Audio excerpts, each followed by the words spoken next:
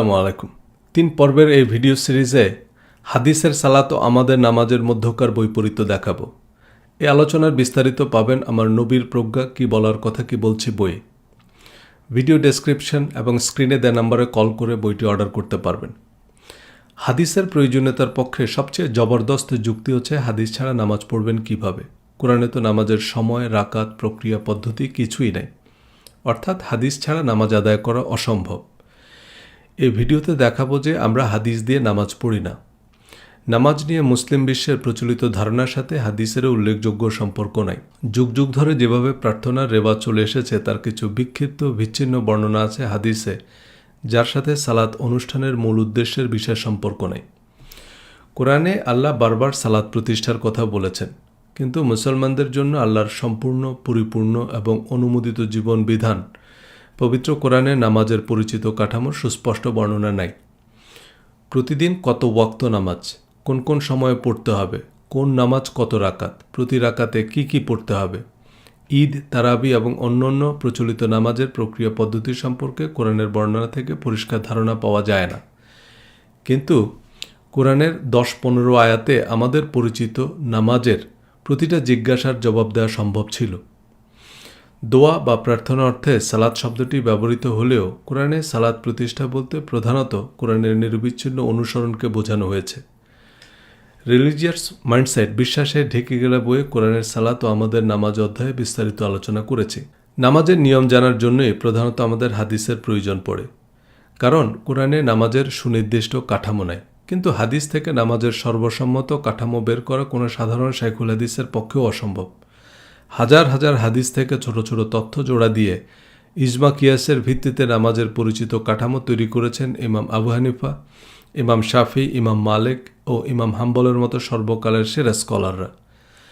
আহলে হাদিসের লোকরা নাসিরুদ্দিন আলবানির মজহাব বা তার বই অনুযায়ী নামাজ পড়ে। প্রতিটা মজহাবের বড় বড় আলেমদের মধ্যেও নামাজের অসংখ্য মাসালার বিষয়ে মতপার্থক্য আছে।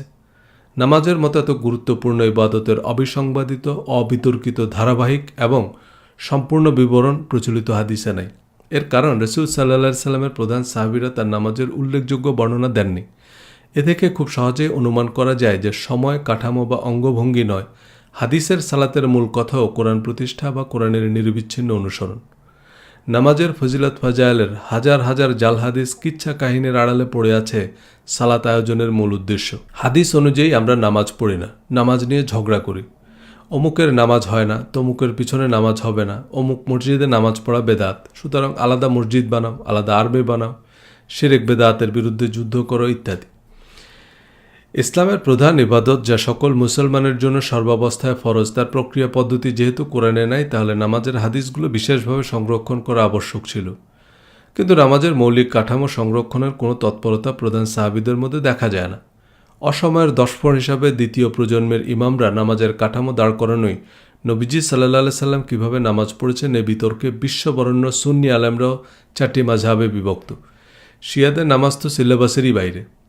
কিন্তু সময়ের একফর হিসাবে নামাজের সর্বসম্মত কাঠামো যারা পাথরে খোদাই করে রাখতে পারতেন তারা নিয়ে মাথায় ঘামাননি।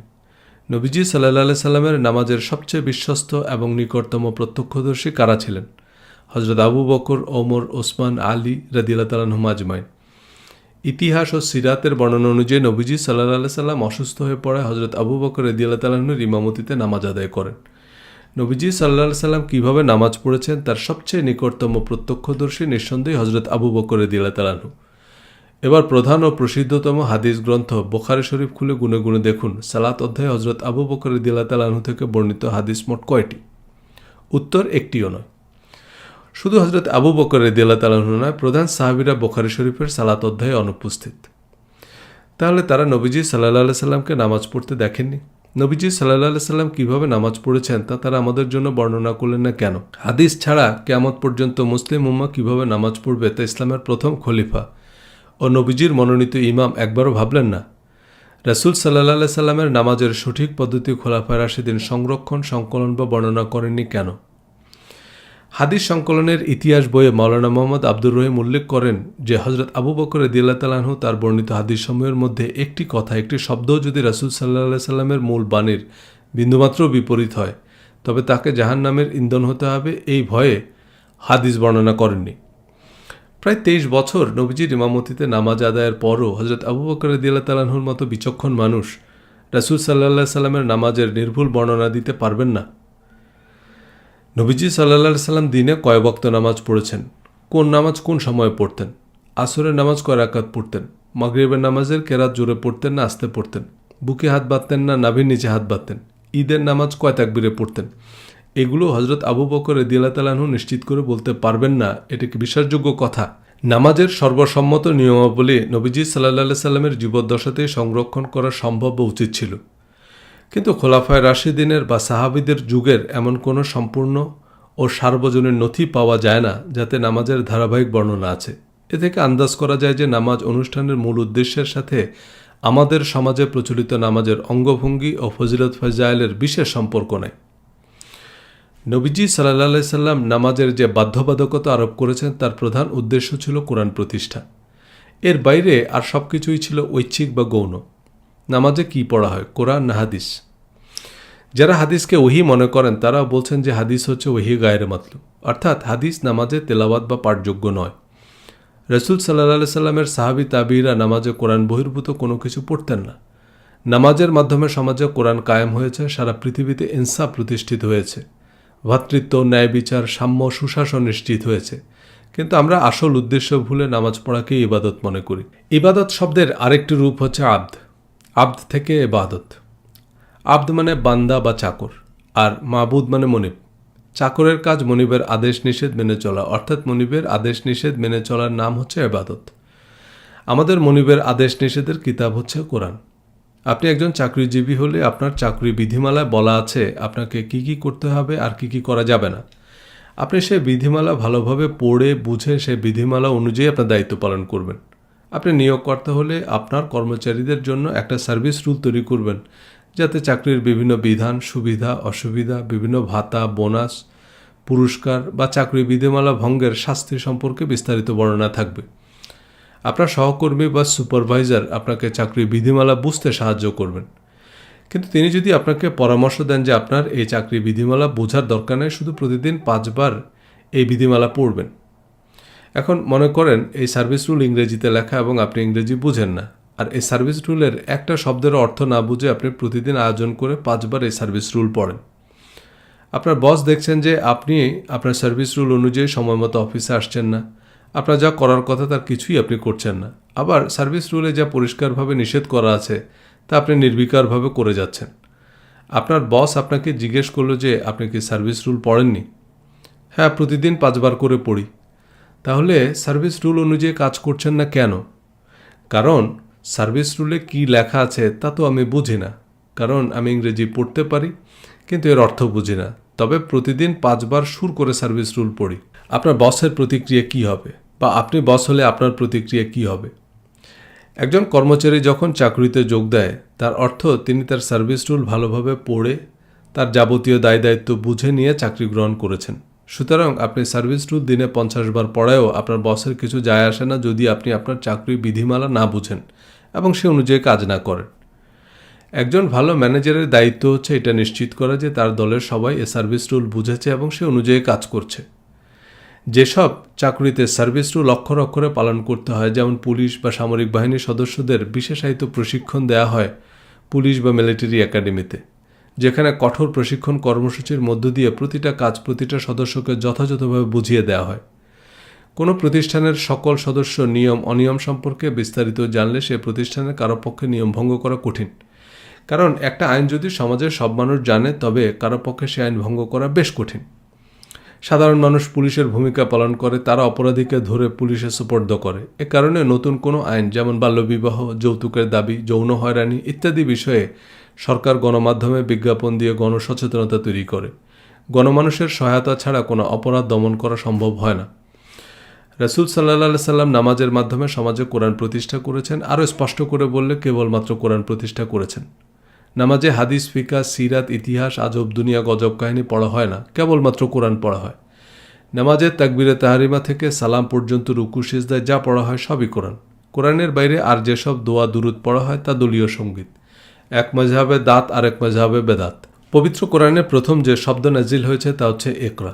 এই ইকরা মানে কি? শোনা বা শুনে দৌড় দেয়া না, ইকরা মানে পড়া। শুধু পড়া নয়, ইকরা শব্দের অর্থ মনোযোগ সহকারে বুঝে বুঝে পড়া। কোনো লেখা পড়ে বুঝতে না পারলে তাকে পড়া বলা হয় না। কি পড়তে বলা হয়েছে? কোরআন। ইকরা এবং কোরআন একই শব্দের ভিন্ন দুটি রূপ। যেমন জাতীয়, জাতীয়তা একই শব্দের ভিন্ন দুটি রূপ। ইকরা শব্দের অর্থ পড়া আর কোরআন শব্দের অর্থ যা পড়া হয়। আল্লাহ কোরআন পড়তে বলেছেন, আর নামাজ হচ্ছে সে কোরআনের পাঠচক্র। পবিত্র কোরআনে আল্লাহ বলেছেন, যখন কোরআন পাঠ করা হয় তখন মনোযোগ সহকারে শ্রবণ করো। কোনো একটা শব্দ শোনা, যেমন পাখির ডাক বা গাড়ির হর্ন, যার কোনো অর্থ নাই, এটাকে ইংরেজিতে বলে হিয়ারিং। আবার যখন মনোযোগ দিয়ে বোঝার উদ্দেশ্যে কোনো কথা শোনা হয় তখন তাকে বলা হয় লিসেনিং। টোফেল বা আইএলটিএস পরীক্ষায় লিসেনিং টেস্ট নেওয়া হয়, আর কানে না শুনলে তার জন্য হিয়ারিং এইড দেওয়া হয়। সুতরাং শ্রবণ করো মানে লিসেন টু ইট, একেবারে লিসেনিং টেস্টের মতো মনোযোগ দিয়ে শুনতে হবে। আর নেশাগ্রস্ত অবস্থায় যখন কেউ বুঝতে পারে না যে সে কী বলছে, তখন তাকে নামাজের কাছেও আসতে নিষেধ করা হয়েছে। রাসূল সাল্লাল্লাহু সাল্লাম ইমাম হিসাবে কোরআন পড়ে শোনাতেন। সাহাবীরা গভীর মনোযোগ ও একাগ্রতার সাথে কোরআন পাঠ শুনতেন।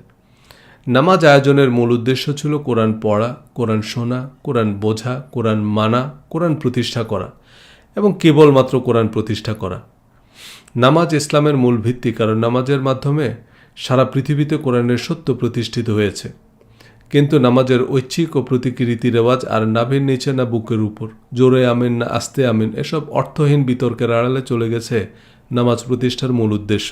আমরা যে নামাজ পড়ি তার সাথে নবীজি সাল্লাল্লাহু আলাইহি সাল্লাম এবং সাহাবী তাবিঈদের নামাজের উদ্দেশ্য বিধেও কোনো মিল নেই। আল্লাহ পবিত্র কোরআনে বলেছেন, পূর্ব পশ্চিমে মুখ ফেরানোয় পুণ্য নেই, অর্থাৎ নামাজের শারীরিক অঙ্গভঙ্গিতে পুণ্য নেই। পুণ্য হচ্ছে বিশ্বাস ও ভালো কাজে। কোন বিশ্বাস ও ভালো কাজ? যে বিশ্বাস ও ভালো কাজের বিবরণ নামাজে দাঁড়িয়ে পড়ি বা শুনি। রাসূল সাল্লাল্লাহু আলাইহি সাল্লাম এবং সাহাবীদের নামাজ ছিল বিশ্বাস ও ভালো কাজের যে কার্যতালিকা আল্লাহ নাজিল করেছেন তার পাঠচক্র। প্রতিটা মানুষকে তার সার্ভিস রুল বা কোরআন বুঝিয়ে দেওয়ার, পড়িয়ে দেওয়ার, বারবার মনে করিয়ে দেওয়ার আয়োজন। কিন্তু কোরআনের সালাতের মতো হাদিসের সালাতের সাথেও আমাদের নামাজের যোজন যোজন দূরত্ব। নামাজ যে কোরআনের পাঠচক্র ছাড়া আর কিছুই নয়।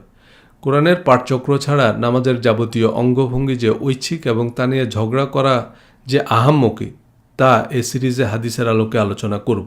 আহলে কিতাবদের জন্য সালাত কায়েমের নির্দেশ ছিল। সে সালাত বলতে যদি নামাজ বোঝানো হয়, তবে আহলে কিতাবদের নামাজের সাথে আমাদের নামাজের প্রধান পার্থক্য হচ্ছে কোরআন পাঠ। রাসূল সাল্লাল্লাহু আলাইহি সাল্লাম নামাজে কোরআন পাঠ করতেন। আবু জেহেলরাও নামাজ পড়ত, তবে তাতে কোরআন পড়ত না। রাসূল সাল্লাল্লাহু আলাইহি সাল্লামের মক্কি জীবনে প্রকাশ্যে নামাজ পড়ার বর্ণনা ইতিহাসে থাকলেও নামাজের জন্য মসজিদ নির্মাণ, নির্দিষ্ট সময়ে নামাজের জামাতে উপস্থিত হওয়ার সরকারি ফরমান জারি বা ধর্মীয় বাধ্যবাধকতা আরোপ করা হয় হিজরতের পর। ইসলাম প্রচার ও প্রতিষ্ঠার ইতিহাসে সবচেয়ে গুরুত্বপূর্ণ ঘটনা হচ্ছে হিজরত। এ কারণে ইসলামিক ক্যালেন্ডার গণনা করা হয় হিজরতের দিন থেকে। ইসলামের ইতিহাস পর্যালোচনা করে একথা বলা যায় যে হিজরত ছাড়া ইসলাম মক্কায় শুরু হয়ে মক্কায় শেষ হয়ে যেত। হিজরতের নির্দেশ এবং এর গুরুত্ব বর্ণনা করে পবিত্র কোরআনে বেশ কিছু আয়াত নাজিল হয়েছে। বুখারী শরীফের প্রথম হাদিসটিও হিজরত নিয়ে। প্রত্যেক কাজ নিয়ত বা উদ্দেশ্যের সাথে সম্পর্কিত, আর মানুষ তার নিয়ত বা উদ্দেশ্য অনুযায়ী ফল পাবে। যে ইসলাম প্রতিষ্ঠার জন্য হিজরত করেছে তার হিজরত ইসলামের জন্য গৃহীত হবে, আর যে ব্যক্তিগত লাভ লোভের জন্য হিজরত করেছে তার হিজরতে কোনো পুণ্য নাই। বুখারী শরীফের ফাতিহায় বা সূচনায় বলা আছে, মানুষ তার নিয়ত বা উদ্দেশ্য অনুযায়ী ফল পাবে। এ নিয়ত হচ্ছে আপনার অন্তরের ইচ্ছা, যা একমাত্র আল্লাহ জানেন। বেশভূষা বা লোক দেখানো ক্রিয়াকর্ম দিয়ে নয়, অন্তরের ইচ্ছা দিয়ে মানুষের কর্মফল নির্ধারিত হবে। নামাজ, রোজা, হজ, হিজরত, দান, দক্ষিণা সব কিছুর প্রতিদান নির্ধারিত হবে অন্তরের ইচ্ছা অনুযায়ী। যারা ইসলাম বা ইনসাফ প্রতিষ্ঠার জন্য হিজরত করেছেন তাদের হিজরত ইসলামের জন্য গৃহীত হবে। এই হিজরত কেবল মক্কা থেকে মদিনায় অভিবাসন নয়। এরপর সাহাবীরা সারা পৃথিবীতে ছড়িয়ে পড়েন ইসলাম প্রতিষ্ঠা করতে। হিজরত নিছক অভিবাসন ছিল না, পদে পদে বিপদ, পরাশক্তির সাথে লড়াই, সংঘাত, সংগ্রামের এক জীবন মরণ বাস্তবতা। মদিনায় হিজরতের পর রাসূল সাল্লাল্লাহু আলাইহি সাল্লাম একটি সার্বভৌম ইসলামী রাষ্ট্র প্রতিষ্ঠা করেন, যাতে অন্যান্য ধর্মাবলম্বীদেরও সমান অধিকার ছিল।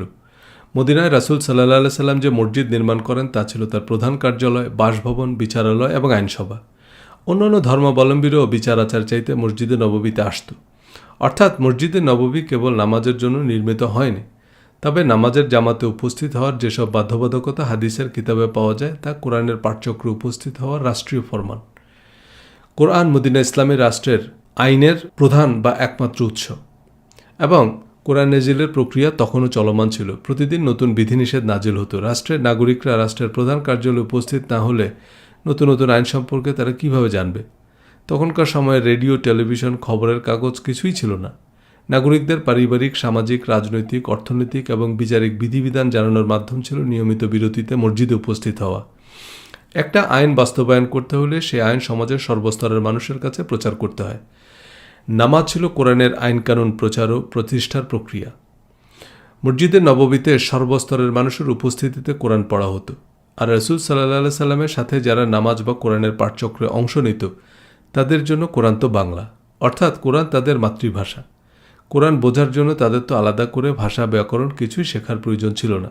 ঐতিহাসিক সূত্র মতে আরবের বিভিন্ন গোত্র তাদের আঞ্চলিক ভাষায় কোরআন পাঠ করত এবং আঞ্চলিক ভাষায় কোরআন লিখত। হযরত ওসমান রাদিয়াল্লাহু তাআলা আনহুর সময়ে কোরআনের আঞ্চলিক কপিগুলো পুড়িয়ে ফেলা হয়। রাসূল সাল্লাল্লাহু সাল্লামের সময়ে মানুষ তাদের আঞ্চলিক ভাষায় কোরআন পড়ত, অর্থাৎ কোরআন পাঠ ছিল পাঠকের পরিচিত ও বোধগম্য ভাষায়। এখনকার পৃথিবীতেও কোরআনের 7টি স্বীকৃত উচ্চারণ আছে। আগামী পর্বে থাকবে আরও বিস্তারিত। আশা করি সাথে থাকবেন। ধন্যবাদ।